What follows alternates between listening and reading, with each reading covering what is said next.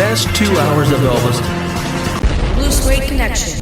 5, 4, 3, 2, 1. That song is always a smoking song, no matter what take or Dang. what stage of the song they're in. It's a smoking song. Man, I'm telling you, he was cutting it. Burton on that guitar. Burton was, yeah. Wow, This he was just loud too.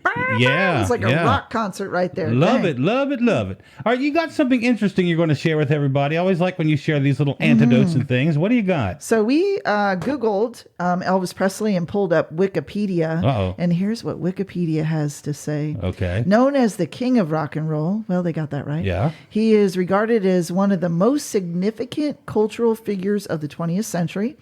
Elvis's energized interpretations of songs and sexually provocative performance style, combined with a singularly potent mix of influences across color lines during a transformative era in race relations, brought great success and initial controversy. Wow, that's a mouthful. That's an interesting way to describe That's Elvis awesome. Presley. Great writing there. Good stuff anyway, right? Here he is. What's interesting about they find new sounds, and they do things differently themselves. So it's like a new experience every day.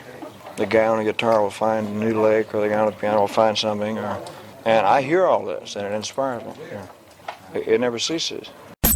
Collider.com. Give us what they say are rare facts about Elvis. And I'm going to share a couple throughout the show today. Alrighty. This one we kind of know a little bit about. Elvis grew up a loner. He's pretty bashful and quiet as a young child. Oh, yeah, that's true. Yeah, he'd bring his guitar to school and dabble with that at lunchtime, followed with teasing and torment from other kids.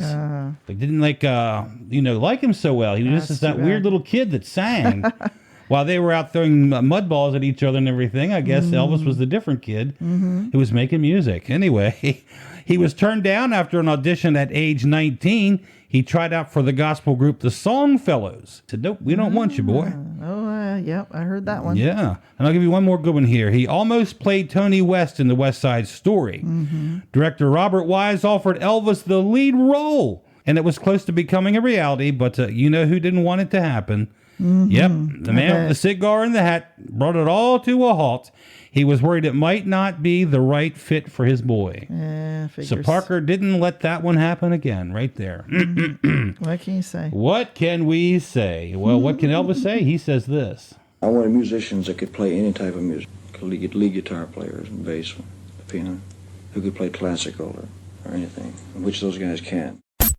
It's funny you looked at me and said during that, how I'm hearing all kind of different licks today I'm not used to. I know. I said, is this the James Burton show today? Another James. He is rocking it. Well, when I know I'm going to do these shows, and I like to surprise you as well as the listener sometimes. I like to find things that we've never played on the show, but that requires a lot of editing occasionally with Elvis, because Elvis, as we know, Mr. Potty Mouth. Oh, yeah, he gets frustrated. That was one of those songs where the potty mouth came out and I had to edit and be very creative with my editing. Well, you did a good job. We wouldn't Thank even you. be able to tell. I appreciate that. But that's what we're doing today. We're in the studio with Elvis. He would go over the songs with the band before they actually get into the studio, and they try to figure out little things. But when they got in the studio, they'd start recording. Then they play it back and listen and see what they wanted to change and what happens and what they think needs to happen in this and that part. That's what you're hearing today. You're hearing the studio rehearsals on Blue Suede Connection. It's one of my favorite songs from those 1967 sessions. Yeah, I like that. Big Boss Man. Bluesy, you know me and the bluesy things. So you know I'm going to like that one. So I asked you to think about it. Give me just a couple, 1 or 2 word things that you think why we loved Elvis so much, why we loved him in the beginning and loved him till the end. What do you think it was? I think Elvis's vulnerability and his ability to be really personable is what has made, as fans, we feel like he's family. Yes. And I think that connection keeps him with us, and it keeps us passing him on to the next generation. All right, that was good. You answered that well. Yeah, thank you. Well, once again, guidetolessstress.com. Okay. This is their version of what they think is the reason why we all loved and continue to love Elvis. Okay, let's hear it. Number 1, charismatic stage presence. Yeah, okay. That's a good one. Unique musical style. Cultural impact. Sure. Chart-topping hits. Well, that's a given. Well, yeah. Record-breaking success. Sure. timeless classics. A couple of those kind of go together. His versatility. Yeah. The heartthrob. Well, sure. His charity work. His relatable persona. That's kind of what you just said. Yeah. Embracing diversity. Yeah, that's good. Yeah. He was a fashion and trendsetter. They put that on their list. Absolutely. Let me turn my page. His enduring legacy. Well, that kind of is what this is about. Yeah. You know. Exactly. Breaking racial barriers. I think that was very important, yeah? Absolutely, very important. And number 15, this was 15 things, his international appeal. Yeah, and it's funny to me, I think because the 50s was Right. such a movement that went international, he just hung on to that. All right. What do you think? Do you like their list? Yeah, it's good. It's very detailed. Yeah. So I like that. All right, Yeah. let's do it. All right, we've all heard the term, we've all used it, and we all know that he was the king.